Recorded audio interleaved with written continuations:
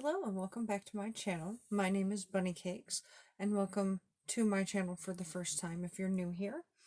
Today I am going to be doing a review for the Mistress of All Evil, A Tale of the Dark Fairy. It is Villains Book number 4 by Sarah Valentino. I can't speak words today.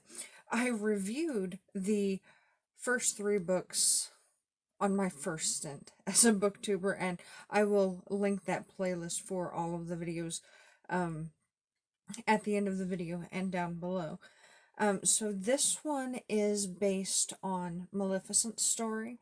So all of the villains books, except for the first one, discuss the origins of the villain of the story. And I say except for the first one because the first one is about the Beast from Beauty and the Beast, and I don't see him as the villain.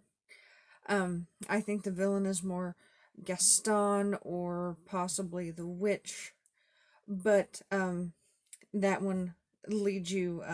It tells you about the Beast backstory before he became the Beast and met Belle, and this one tells you about Maleficent before she became the true dark fairy and cursed Aurora. So the synopsis for this book is: the tale is told as if it's happening once upon a dream. The lovely maiden meets her handsome prince in the woods. The story has been told many times and in many ways, but always the maiden finds out that she is a princess who has been cursed by a dark fairy to prick her finger on a spindle and fall into an eternal sleep. Though her 3 good fairies try to protect her, the princess succumbs to the curse.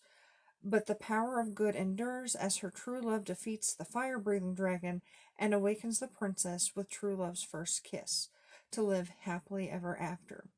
And yet, this is only half of the story. So what of the dark fairy Maleficent? Why does she curse the innocent princess? And what led her to become so filled with malice, anger, and hatred? Many tales have tried to explain her motives. Here is one account, pulled down from the many passed down through the ages. It is a tale of love and betrayal, of magic and reveries. It is the tale of the mistress of all evil. So this one, I really, really enjoyed it. It definitely gives you a different version of the story. So it bounces back and forth in time between Maleficent's childhood and her early teens, and then her adulthood and the time frame in which Aurora is born and grows up as far as she does to 16 and becomes cursed. Um, so this one is really cool. And it ties in some of the characters that you've met in the other stories, like Nanny, who is suspected to have some kind of magic in some of the earlier stories. Um, and you find out Nanny is a fairy, and Nanny helped, well, not helped, Nanny raised Maleficent, and then helped her to learn magic, and got her into the Fairy Academy. And then the other characters that are talked about in this book are the 3 Odd Sisters, who have been a running theme throughout this series, and they always seem to be at the root of all of the trouble, and leave you wondering that had they not meddled, would these characters have become evil and twisted like they did? Um, and so this one, um, it changes Aurora's origin, which is interesting, and I don't hate it.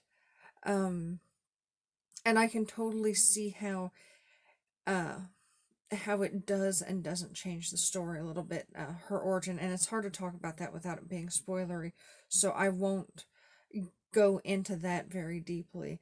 Um, the character arc for Maleficent is so good and so well done, and like you want her to succeed even though you know how the story's going to end, because we all know she's Maleficent and of course she's going to become the bad guy in the fairy tale, um because we know she always has been. um but again, as with the other ones, it's interesting to see how the villain became the villain. And it also kind of makes me think of the Maleficent movie with Angelina Jolie. It's a different story entirely, but I love it for the same reasons. It's a backstory for how things came to be the way they are. Um, it's definitely a good one to read. Um, I'm always looking forward to the next book in this series. At this point, I actually have read the next book in this series, and it's going to be my next review that you're going to see. Um, the next book covers Mother Gothel from Tangled, and and it's a good story too. But you're going to have to wait for my review for that one. Probably tomorrow is when you'll see that. But yeah, I gave this a 5 out of 5 stars. There's nothing I would have changed in this. It was well written. The character development was great. It's not a very long book. It's like 300 pages, but like the book is like physically very small. So I think if it was like a rather like a regular paperback novel, it might not even be 300 pages, but very good story. Highly recommend it. I highly recommend this story. Um, and I am looking forward to seeing how the Odd Sisters continue to meddle in the fairy tale world, and I'm hoping maybe to see some consequences for them in these stories and the way they're changing things. Um, and I'm also looking forward, hopefully, to seeing an origin story for them as well. And I do believe after the Mother Gothel story, there is a book that's out called The Odd Sisters that focuses entirely on them. So I will talk more about that when I get to it, which I will eventually. Um, so that's all I have for this review. This is going to be a short one. Thank you so much for watching this video. If you liked it, please click that like button down below. And if you like my content or you want to see my reviews for the future books in the series, definitely hit that subscribe button and that notification button if you'd like to be notified of my future videos. So again, thank you for watching, and I do hope you have a wonderful rest of your day. Bye-bye.